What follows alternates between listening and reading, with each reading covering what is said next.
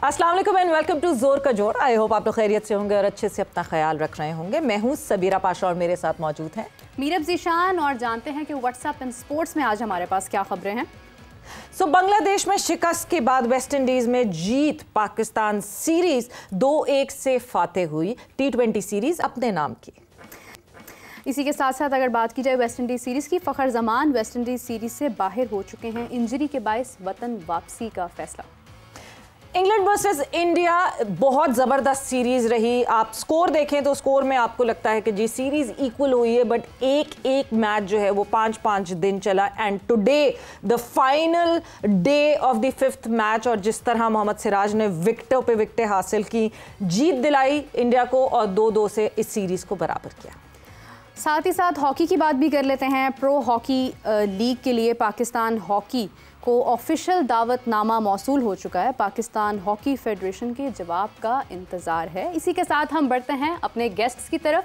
हमारे साथ आज मौजूद हैं फॉर्मर टेस्ट क्रिकेटर साहब। अस्सलाम वालेकुम, कैसे हैं आप? जी वालेकुम सलाम, बिल्कुल ठीक। दूसरी जानिब हमारे साथ मौजूद हैं स्पोर्ट्स एनालिस्ट, स्पोर्ट्स जर्नलिस्ट हाफिज़ इमरान साहब। अस्सलाम वालेकुम, कैसे हैं आप? वालेकुम सलाम, बहुत शुक्रिया आपका। साथ ही साथ हमें बीपर पर ज्वाइन किया राना मुजाहिद साहब ने, फॉर्मर इंटरनेशनल क्रिकेटर। अस्सलाम वालेकुम, कैसे हैं आप? राना मुजाहिद साहब अस्सलाम वालेकुम, secretary of Pakistan hockey federation हमारे साथ इस वक्त मौजूद है। और राना साहब, प्रो हॉकी लीग की खबरें आ रही हैं मुसलसल, और बात हो रही है कि अब पाकिस्तान की बारी है जवाब देने की। जवाब दे दिया गया है, क्या प्रो लीग का हिस्सा बन रही है पाकिस्तान टीम? देखिए जी, सबसे पहले बहुत शुक्रिया, आपने मुझे लिया पेपर पे। लेकिन ये मैं बता दूं कि अभी तो 12 अगस्त तक तो FIH ने हमें टाइम दिया हुआ है। ठीक है। और उसके लिए हमने पाकिस्तान स्पोर्ट्स बोर्ड और गवर्नमेंट ऑफ पाकिस्तान को बता दिया है कि ये लाइन है हमारे पास, और ये अगर हम अपना लेते हैं तो इससे पाकिस्तान टॉप 10 टीमों में चले जाता है जी। और मैं समझता हूँ ये बड़ी मेहनत के बाद, ये 1.5 साल की वो मेहनत है जो प्रेसिडेंट तारिक बुखटी साहब और पूरी फेडरेशन ने की है, और टीम ने मिलकर ये सारी एफर्ट करके तो टॉप 10 हॉकी खेलने का मौका मिलने जा रहा है बड़े अरसे के बाद। तो इसके लिए मैं समझता हूँ कि पाकिस्तान स्पोर्ट्स बोर्ड भी बहुत सीरियस है, उन्होंने भी बड़ी तावन की यकीनदहानी कराई है। तो इंशाअल्लाह हमें ऑफिशियली कोई जवाब मिल जाएगा। हाँ। तो हम जरूर आपको आगाह कर देंगे। बट राणा साहब, आप तो दूर की खबरों पे नजर रखते हैं, तो कुछ पता तो चल रहा होगा, कुछ अंदाजा तो हो रहा होगा, बिकॉज ये तो 12 अगस्त तो बिल्कुल करीब है इस वक्त। जी, जो इस टाइम तक साइन मिल रहे हैं वो तो बड़े पॉजिटिव हैं, और इंशाल्लाह ताला मुझे पूरी उम्मीद है कि पाकिस्तान हॉकी फेडरेशन भी बड़ी पॉजिटिव है, खिलाड़ियों का मोराल बड़ा हाई है, टीम मैनेजमेंट का मोराल हाई है, कोचेज का इस वक्त मोराल हाई है। तो मैं समझता हूँ जो हॉकी लवर्स है उनका मोराल हाई है कि इंशाल्लाह ताला पाकिस्तान को बहुत देर के बाद एक मौका मिलने जा रहा है। तो इसको पाकिस्तान हॉकी बिल्कुल खोना नहीं चाहेगी और इसके लिए पूरी एफर्ट करेगी कि इंशाल्लाह ताला हम इसका हिस्सा बन जाए। राणा साहब, ताहिर जमान साहब ने कहा था कि वो जो $25 लाख की बात हो रही थी वो एक गलत फिगर थी, और हमने अमेंड करके सही फिगर भेज दिए प्रो लीग के लिए, यानी वो कम है इससे। ये भी एक पॉजिटिव साइन है कि हाँ जी वो कम खर्चा है, इतना ज्यादा खर्चा नहीं है कंपैरेटिवली जितना स्पेक्यूलेट हो रहा था। जी बिल्कुल ठीक कहा आपने, ये ऐसी है बात कि वो बिल्कुल गलत बात थी, और इसके लिए हमने सजेस्ट किया है, जो एस्टिमेटेड बजट दिया है हमने गवर्नमेंट को, उसके लिए हमने 35 करोड़ रुपए की डिमांड की है। तो मैं समझता हूँ कि ये 35 करोड़ की डिमांड है हॉकी लीग के लिए, और उसमें हमने कोई $25 लाख नहीं मांगे। ठीक है राणा साहब, बहुत बहुत शुक्रिया, thanks a lot for updating us. और हालात और जज्बात ऐसे ही लग रहे हैं कि प्रो लीग में पाकिस्तान हॉकी टीम शिरकत करती हुई दिखती है। राना मुजाहिद साहब, the Pakistan hockey federation was with us. तो अच्छी खबर एक खेल के लिए। रऊफ, ऑब्वियसली पाकिस्तान हॉकी की जब हम बात करते हैं, यस क्रिकेट को तो फॉलो करते हैं, मगर शायद पाकिस्तान हॉकी के लिए हम पाकिस्तानियों का दिल अलग तरीके से धड़कता है। देखिए, बड़ा अच्छा मेरा ख्याल है कि आपका स्टार्ट हुआ, क्योंकि मैं खुद भी हॉकी खेलता रहा हूँ। क्रिकेट से पहले हमने हॉकी ही खेली थी, क्योंकि क्रेज़ हॉकी का था। माजिद खान, पाकिस्तान के जो काफ़ी जो पास्ट के प्लेयर्स हॉकी खेलते रहे हैं, फिटनेस के लिए भी, शौक के लिए भी, और एक पूरी जनरेशन को शौक था हॉकी का। अब इशू क्या है, देखिए कि सबसे जो बड़ी बात मैं करता हूँ कि 4 दफ़ा का पाकिस्तान ओलंपिक चैम्पियन है, 4 दफ़ा का वर्ल्ड चैम्पियन है, और बेशुमार पाकिस्तान के पास दूसरे एजाज़ात हैं हॉकी के, और जिसे हसन सरदार, समीउल्लाह, हनीफ खान, शहबाज सीनियर, बेशुमार शाहिद अली खान, मंसूर अली खान जैसे नाम पैदा किए। अब उसको, उस ऑर्गेनाइजेशन को, उस फेडरेशन को यहाँ पर लाकर खड़ा कर दिया गया है कि उनको इनविटेशन आता है बाहर से, और उनके पास फंड्स नहीं है उसमें पार्टिसिपेट करने के लिए। लास्ट ईयर मेरा ख्याल है कि अजलान शाह में था, पार्टिसिपेशन के फंड्स नहीं थे इनके पास। ऑस्ट्रेलिया में टीम गई है, किसी से मांग के उनको खाना खिला रहे हैं। अजलान शाह में फंड्स नहीं थे, अजलान शाह में जो खर्चे किए थे वो पैसे पूरे नहीं दिए थे, इस वजह से हमारे ऊपर बैकलैश आया था। देखिए ये क्यों हुआ, क्यों है पाकिस्तान हॉकी का डिजास्टर क्यों हुआ, पाकिस्तान की जो स्पोर्ट्स का कल्चर है क्यों तबाह हुआ, बेसिक तो ये इश्यूज है ना, इसको सॉर्ट आउट करना चाहिए। हमारे इस पे कोई बात करता ही नहीं है। देखिए जी रिस्पॉन्सिबिलिटी किसकी है? मैं जो पाकिस्तान हॉकी फेडरेशन के पास इस टाइम पे जो फैसिलिटीज़ हैं वो मेरा ख्याल है कि यूरोप में आप किसी भी छोटे से गांव में चले जाएं, क्योंकि मैं वहाँ पे काफ़ी ज़्यादा खेलता रहा हूँ, आप किसी छोटे से छोटे शहर में चले जाएं, वहाँ पे उससे ज़्यादा इंफ्रास्ट्रक्चर डेवलप मिलेगा हॉकी का जो पाकिस्तान की नेशनल टीम के पास और पाकिस्तान हॉकी फेडरेशन के पास है। ये हमने हॉकी का हल कर दिया। कबड्डी हमारा देख ले, एथलेटिक्स हमारी देख ले, फुटबॉल हमारी देख ले, दो पैरेलल ऑर्गेनाइजेशन हम चला रहे हैं, और उसी समझ पे अब ये जो क्रिकेट एक रह गया था उसको भी लेके जा रहे हैं। तो मेरा ख्याल है कि ये गवर्नमेंट को इस पर नोटिस दिलाना चाहिए, और जो right man for the right job, जो कॉम्पिटेंट लोग हैं, जो एजुकेशनिस्ट हैं, जिनका एक्सपीरियंस है इस फील्ड में, उनको यहाँ पर लाकर अपॉइंट करें, जो दिल से काम करना चाह रहे हैं। ये जो पैराशूटर्स पकड़ कर डाल देते हैं ना आप, ये सारा आपका सिस्टम बर्बाद करके भाग जाते हैं, अपना पैसा बनाते हैं, अपने जो उनके फ्रंटमैन होते हैं उनको क्रिकेट बोर्ड में, हॉकी फेडरेशन में, फुटबॉल फेडरेशन में लाते हैं, पैसा बनवाते हैं, 6 महीने के बाद वो निकल जाते हैं वहाँ से। कोई भी खेल हो, right man for the right job नहीं दिखता।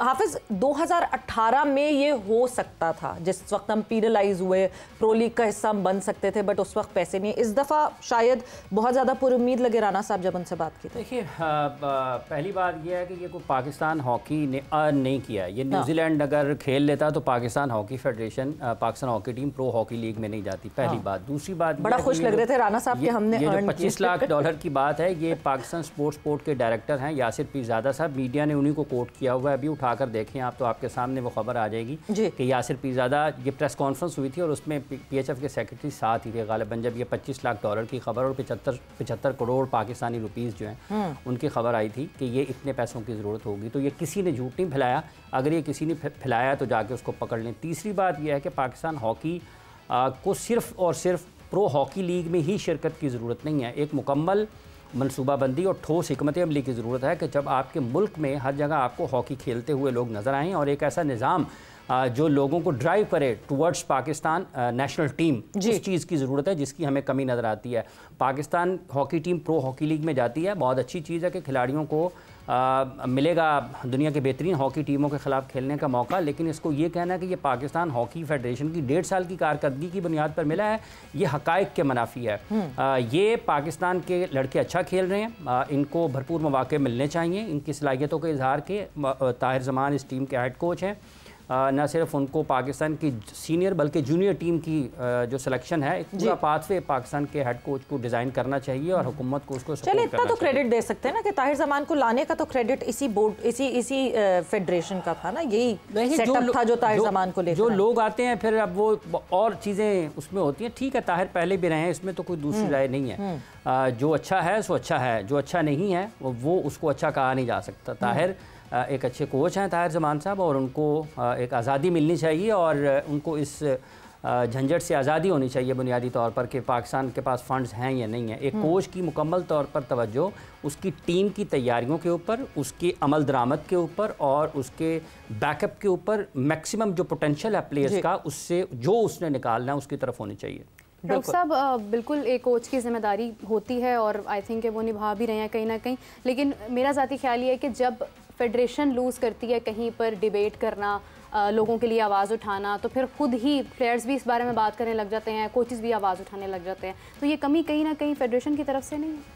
देखिए ये जो अभी उसी का सिलसिला है कि आप right man for the right job आप बंदे को लाते नहीं हैं। होता है क्या है कि आप कोच को पकड़ के उसको सेक्रेटरी लगा देते हैं, उसको मैनेजर लगा देते हैं। मैनेजमेंट एक टोटल डिफरेंट साइंस है। आपने अगर इसमें आपके पास डिग्री है मैनेजमेंट की, आपके पास MBA किया हुआ, आपने कोई एक्सपीरियंस किसी बड़े इदारे के साथ काम किया हुआ, फिर आप इतने बड़े इदारे पे आकर बैठे क्रिकेट बोर्ड में या हॉकी फेडरेशन में या फुटबॉल फेडरेशन में, या अगर आपने आप कोच को एक देखें, एक जो प्लेयर है, मुझे पता है हम सारी ज़िंदगी मेरा इसी फील्ड में गुजरी है 30-35 साल, जो हमारे प्लेयर्स का IQ लेवल है वो इस काबिल नहीं होता कि वो किसी ऑर्गेनाइजेशन को रन कर सके। ऑर्गेनाइजेशन तो बहुत दूर की बात है, आप ये किसी क्लब को रन करने की भी एबिलिटी नहीं रखते, क्योंकि ये एक मैं आपको पाकिस्तान के कई जो टॉप के प्लेयर्स हैं उनकी मैं मिसालें दे सकता हूँ जो कि छोटे छोटे शहरों में आए हैं और वहाँ से वो पाकिस्तान टीम में पहुँचे और लेजेंड्स बने हैं, मगर उनके जो अपने जो क्लब्स हैं, जो अपने डिस्ट्रिक्ट्स हैं, वहाँ पे अपने सिटीज़ हैं, और उस क्लब जिसने उनको प्रोड्यूस किया है उनका बेड़ा बिल्कुल गर्क हो चुका है। तो ऐसे लोगों को जब आप इतनी बड़ी ऑर्गेनाइजेशन दे देंगे पूरे पाकिस्तान की, तो फिर आप उसका खुद ही अंदाज़ा लगा लेंगे उसका क्या हाल होगा। ये हम 2-3 चीज़ों को मिक्स करते हैं। हम बगैर एजुकेशन के हमारे साबका प्लेयर्स हैं, हम उनको उठाते हैं डायरेक्टर अकेडमीज का देते हैं। वैसे कथा कलामी की माजरत, ये एक बहुत इंपॉर्टेंट बात है जो आपने की है। हम हमारे बड़े बड़े सीनियर प्लेयर्स हैं, हमारे बहुत नामी गिरामी प्लेयर्स हैं ऐसे, जो कि जब वो किसी मैनेजरियल पोस्ट पे आते हैं या इवन किसी कोचिंग पोस्ट पे आते हैं तो वो उस तरह कम्युनिकेट नहीं कर सकते, वो उस तरह डिलीवर नहीं कर सकते कि हम जैसे खेलते थे वैसे हम किसी को खिलवा सकें। क्या मेजर रीज़न है हमारे यहाँ आके प्लेयर्स उस तरह ग्रूम क्यों नहीं होते, वो ग्रूमिंग क्यों नहीं आती? हम यही कॉन्ट्ररी इर्द गिर्द देखते हैं। मैं नहीं जा रही वेस्ट के मुल्कों की तरफ, ना मैं ऑस्ट्रेलियन क्रिकेटर्स की बात कर रही हूँ ना इंग्लिश, बिकॉज वहाँ एजुकेशन, आपकी इनिशियल एजुकेशन मैंडेटरी होती है। हमारे एजुकेशन के बगैर आते हैं, मगर ऐसे ही हमारे रीजन के और बहुत सारे प्लेयर्स हैं जो कि मैच्योर और दिखते हैं इस तरह, हमारे वाले नहीं दिखते। क्यों? देखिए, इसका बेसिक इशू ये है कि जो ये कंट्रीज़ हैं जिनकी आप मिसाल दे रही हैं, वहाँ पे जो कोचिंग कल्चर है वो right from the grass root level से डेवलप है। हाँ। और वो काफ़ी अरसे से वो वहाँ पे फंक्शन है, काम कर रहा है। उसमें जो भी बच्चा पाथवे से आता है, स्कूल से, अंडर 14 से, अंडर 13 से, अंडर 16 से, उसको पता होता है कि मैंने कोच के साथ किस तरह काम करना है, और वो कोच को बाकायदा सुनता है, उसकी बातों पे अमल करता है। फिर जो कोचेज़ होते हैं उनको वहाँ पे बड़ा छोटा कोई नहीं होता कि इसे 100 टेस्ट या 100 इंटरनेशनल मैचेस हॉकी के या क्रिकेट के खेले हुए हैं तो इसको कोच लगा दें, इस तरह कहीं नहीं होता। वहाँ पे एक पूरा कोचिंग एजुकेशन प्रोग्राम होता है, आपके पास डिग्रीज होती हैं जो आपको सिखाती हैं कि एक जो प्लेयर है उसकी साइकोलॉजी को किस तरीके से एड्रेस करना है, उसको बायोमैकेनिक्स को किस तरीके से एड्रेस करना है, उसके जो मोटर स्किल्स हैं उसको कैसे एडजस्ट करना है, फिर जो उसकी रिहेबिलिटेशन प्रोसेस है उस पर उसको किस तरीके से एडजस्ट करना है। वो जितने बेसिक फंडामेंटल्स होते हैं वो सारे के सारे वो बचपन से उनको सिखाना शुरू कर देते हैं, और फिर जो प्लेयर है वो with the passage of the time groom होके वो अपनी नेशनल टीम तक पहुंचता है। तो ये एक पूरा ना एक सर्कल डेवलप हो चुका होता है, कोच का भी और प्लेयर का भी। हमारे बदकिस्मती क्या है कि हमारे कोचिंग का नामो निशान भी नहीं है नीचे क्लब लेवल पे। दूसरा जो उससे बड़ा ब्लंडर, जब हम जब जाते हैं फर्स्ट क्लास टीमों में, जब वहाँ पे हमें कोचेस मिलते हैं अंडर 19 खेलने के लिए, या फर्स्ट टाइम जब हम कोचेस देखते हैं तो हम परेशान हो जाते हैं कि हमारे पास तो हमने कभी कोच की सुनी ही नहीं है, ना हमें कभी किसी ने कोच किया, हम नेचुरल टैलेंट पे आए हैं। तो वहाँ पे एक कोचेस का एक फौज बैठी होती है। हाँ। वो ये बॉलिंग कोच आपको कुछ बता रहा होता है, बैटिंग कोच कुछ बता रहा होता है, फील्डिंग कोच कुछ बता रहा होता है, ट्रेनर कोई और चीज़ बता रहा होता है, और जो फिजियोथेरापिस्ट है वो कुछ और चीज़ बता रहा होता है। तो बच्चे का जो माइंड है वो अपसेट हो जाता है। मैं कताई कलामी की माजरत चाहती हूँ, हमारा अंपायरिंग का मेयार भी बहुत ख़राब है डोमेस्टिक में। देखिए, बेस किसी चीज़ की भी बेस नहीं है ना। आप बेसिक लेवल पे कोई काम भी ग्रास रूट पे नहीं कर रहे। हाँ। आपने कल्चर डेवलप किया ही नहीं हुआ। आपको पता है अंपायरिंग यहाँ पे कैसे होती है? 2-3 एक क्लब है, ये इधर लाहौर का, उसी से 4-5 अंपायर्स आते हैं। वो पाकिस्तान क्रिकेट बोर्ड में उनकी लॉबी है, वो अपने 5-6 अपने जो अपने उनके होते हैं साथ दोस्त, उनको एडजस्ट करते हैं, उनको एलीट पैनल में भेज देते हैं, और इस तरह उनका काम शुरू हो जाता है। तो ये जो सिस्टम है, ये पूरा का पूरा जो है ये एक माफिया की तरह चलता है। ये कोचिंग प्रोग्राम से लेके coaching education program, umpiring, match referee, groundsman, और हाफिज ये सारा कुछ सुन के तो मुझे ये ऐसा लगता है कि हम कभी भी कोई तब्दीली नहीं देख सकते over the period of time, because जितना ये सिस्टम रोटन हो गया। देखिए, 2 चीज़ें हैं। चूँकि तालीम से बात शुरू हुई थी, अभी चंद दिन पहले यहाँ पर सूबाई वज़ीर तालीम राना सिकंदर हयात साहब आए थे, तो मैंने उनसे गुजारिश की, ये जितने भी पाकिस्तान के टॉप एथलीट्स हैं, टॉप क्रिकेटर्स, या जितने भी और लोग जो हुकूमतों से मिलते हैं, हुक्मरानों से मिलते हैं, कभी मैंने तो सुना नहीं है, अगर किसी ने सुना तो तस्हीह कर दे, कि पाकिस्तान में आज भी खेलों को कहा जाता है गैर निसाबी सरगर्मी। क्या जुल्म है यार। उनको वज़ीर साहब को मैंने यहाँ पर कहा, मैंने कहा सर कुछ खुदा का खौफ करें, इसको बदल दें। ये हम निसाबी सरगर्मियों का इसको दर्जा दें। आप तो डिस्करेज कर रहे हैं, आप दुनिया के साथ मुकाबला करना चाहते हैं खेलों में, और आप उसको कह रहे हैं गैर निसाबी हैं। तो एक तो ये है, और ये वफाकी हुकूमत तक भी ये बात होनी चाहिए, और ये जितने भी लोग जाकर वहाँ पर मिलते हैं वज़रा से, मुशीरान से और वज़ीरान कराम से, उनको ये चाहिए कि सबसे पहले ये दर्जा बदला जाए हुकूमत का। मैं उम्मीद करता हूँ कि सूबाई सतह के ऊपर जो वज़ीर हैं और इसके तालीम के, वो कम अज़ कम इसको ठीक करेंगे। दूसरी बात आपने कहा कि अच्छा साहब, ये बड़ी इंपॉर्टेंट आपने बात की है, मैं थोड़ा सॉरी आपको कट कर रहा हूँ। हाँ, ये जो एजुकेशन की बात इन्होंने की है ना, कि जो एक्स्ट्रा करिकुलर एक्टिविटीज़ में आती है स्पोर्ट्स, ये नहीं होनी चाहिए। देखिए अब ऑस्ट्रेलिया में उन्होंने क्रिकेट को राइट में शामिल कर दिया, ठीक है। साउथ अफ्रीका में जो स्पोर्ट्स साइंसेज है वो आपको बिल्कुल पहली क्लास से शुरू कर दी जाती है, ताकि जो बच्चा एथलीट कोई भी आता है वो उसको बेसिक अब सारा कॉन्सेप्ट का पता हो, उसको अपनी न्यूट्रिशन का पता हो, उसकी अपनी फिटनेस का पता हो, उसको अपनी साइकोलॉजी का पता हो, उसको हर चीज़ बेसिक जो फंडामेंटल्स हैं उन सब का पता हो। तो ये हाफिज साहब ने बड़ी अच्छी बात की है कि ये एक्स्ट्रा करिकुलर एक्टिविटीज़ नहीं है, इसको प्रो करिकुलर एक्टिविटीज़ में कन्वर्ट करना चाहिए, क्योंकि इससे अगर आप इसको स्पोर्ट्स का हिस्सा नहीं बनाएंगे, इसको निसाब का हिस्सा नहीं बनाएंगे स्पोर्ट्स को, तो फिर तो आपका मेरा ख्याल है कि पूरा ढांचा ही सफर कर सिलेबस का कंपल्शन हो जाना चाहिए। ओलंपिक मेडल्स जो हैं जहाँ पर दुनिया लड़ती है, चाइना है, रशिया है, अमेरिका है, इंग्लैंड है, या दुनिया के जो बड़े ओलंपिक टेबल्स के ऊपर लोग ममालिक होते हैं, उन सब के लोग जो हैं वो वहाँ पर आपको उनकी जामियात से नजर आते हैं।